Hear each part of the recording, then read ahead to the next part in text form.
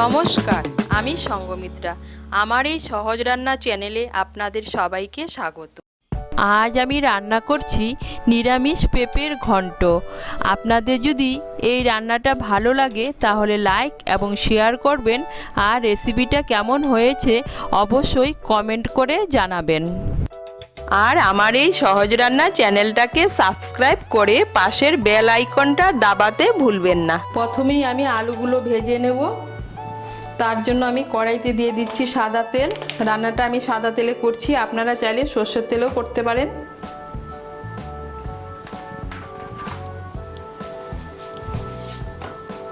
তেলটা গরম হয়ে গিয়েছে, এর মধ্যে আলুগুলো ভেজে নিচ্ছি। আমি দুটো মাঝারি সাইজের আলু টুকরো করে কেটে নিয়েছি।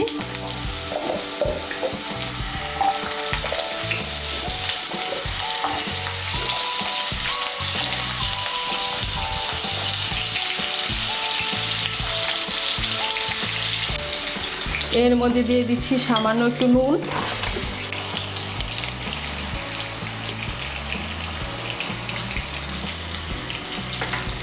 আর সামান্য একটু হলুদের গুঁড়ো।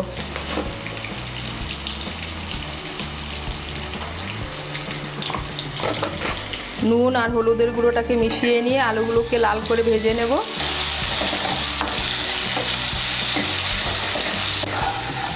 এই দেখুন, আলুগুলোকে লাল করে ভেজে নিয়েছি। এখন আমি আলুগুলোকে তুলে নিচ্ছি। তুলে নিয়ে তেলটাকে একটু কমিয়ে নিচ্ছি।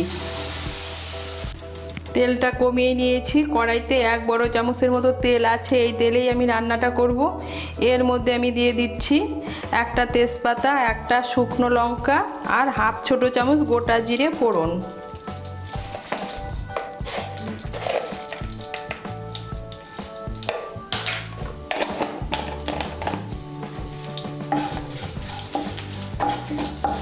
ফোড়নটা দিয়ে একটু নাড়াচাড়া করে নিয়ে এর মধ্যে আমি দিয়ে দেব আদা বাটা। আমি এর মধ্যে দিয়ে দিচ্ছি 1 ছোট চামচ আদা বাটা। এর মধ্যে একটু জল দিয়ে দিচ্ছি।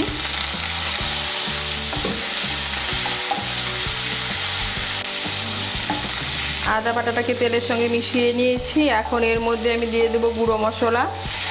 গুঁড়ো মশলার মধ্যে নিয়েছি 1 ছোট চামচ হলুদের গুঁড়ো, 2 ছোট চামচ জিরের গুঁড়ো আর 1 ছোট চামচ লঙ্কার গুঁড়ো। এগুলো দিয়ে একটা পেস্ট বানিয়ে নিয়েছি। এই পেস্টটা এর মধ্যে দিয়ে দিচ্ছি।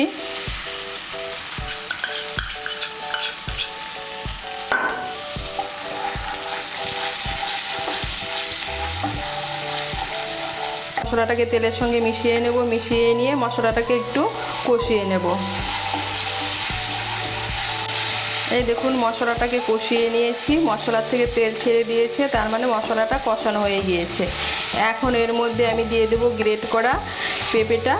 আমি এখানে 700 গ্রাম পেঁপে নিয়েছি। পেঁপেটাকে আমি গ্রেট করে নিয়েছি।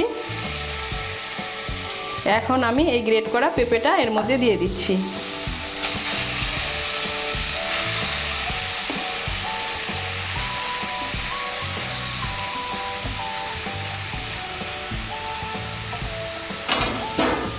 পেঁপেটাকে মশলার সঙ্গে ভালো করে মিশিয়ে নেব।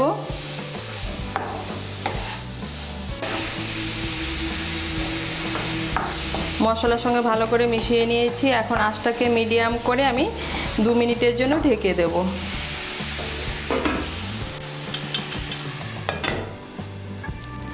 আঁচটা মিডিয়াম করে আমি 2 মিনিটের জন্য ঢেকে দিয়েছিলাম।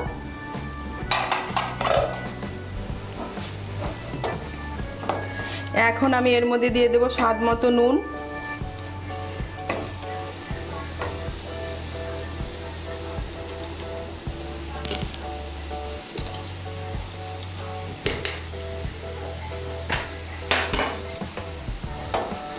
নুনটাকে ভালো করে মিশিয়ে নেব পেঁপের সঙ্গে।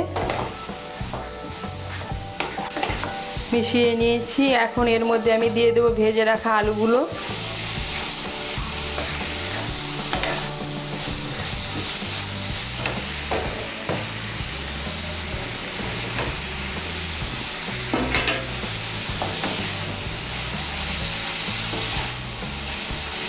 আলুগুলোকেও মিশিয়ে নেব পেঁপের সঙ্গে।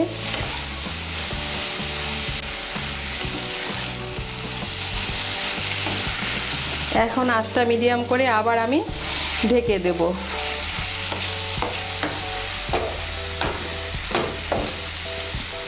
আমি এর মধ্যে আগেই জল দেব না, যদি জল লাগে তাহলে পরে আমি এর মধ্যে জল দেব।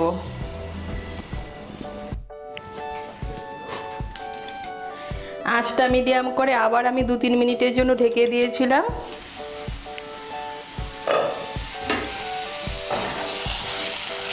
এই দেখুন, নুন দেওয়ার ফলে পেঁপেটা অনেকটা মজে গিয়েছে।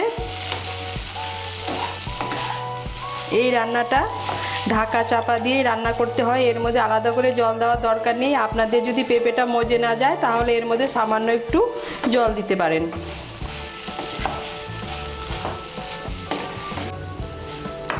এখন আমি এর মধ্যে দিয়ে দেব চিড়ে রাখা কাঁচা লঙ্কা,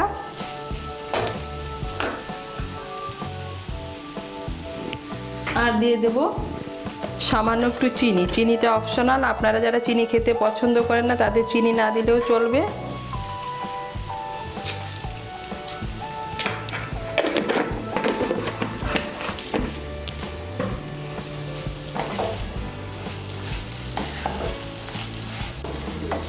চিনিটাকে মিশিয়ে নিলাম। আবার আমি আঁচটাকে মিডিয়াম করে 2 মিনিটের জন্য ঢেকে দেব।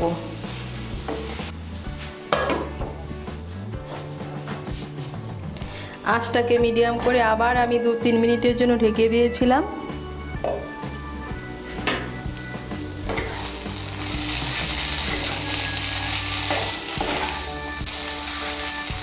এই দেখুন, আলুগুলো আমার সেদ্ধ হয়ে গিয়েছে। আপনাদের যদি আলুগুলো সেদ্ধ না হয় তাহলে আপনারা এর মধ্যে সামান্য একটু জল দিতে পারেন। এখন আঁচটাকে বাড়িয়ে দেব। বাড়িয়ে দিয়ে এর মধ্যে দিয়ে দেব গরম মশলার গুঁড়ো,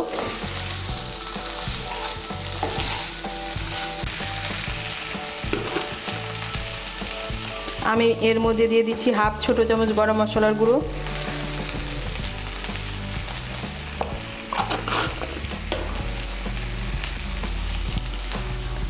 আর দিয়ে দিচ্ছি 1/2 চামচ ঘি।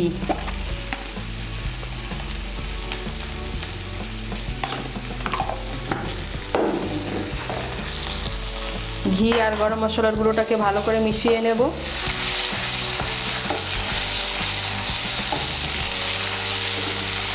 আমি কিন্তু এই রান্নাটাতে কোনো জল ব্যবহার করিনি। পেঁপের থেকে যে জল উঠেছিল সেই জলেই আলু আর পেঁপে সেদ্ধ হয়ে গিয়েছে। আর আঁচটাকে আমি মিডিয়াম করে ঢাকা চাপা দিয়ে রান্না করেছি। আপনাদের হাতে যদি সময় কম থাকে তাহলে এর মধ্যে সামান্য একটু জল দিতে পারেন।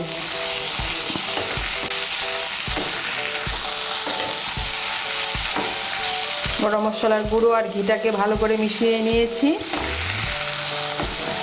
আঁচটা বাড়িয়ে আরও 1-2 মিনিট রান্না করে নেব।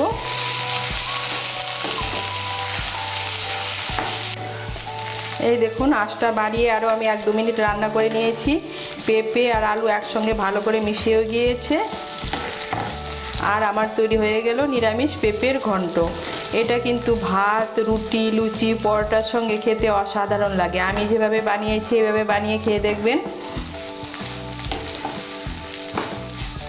তৈরি হয়ে গেল পেঁপের ঘন্ট।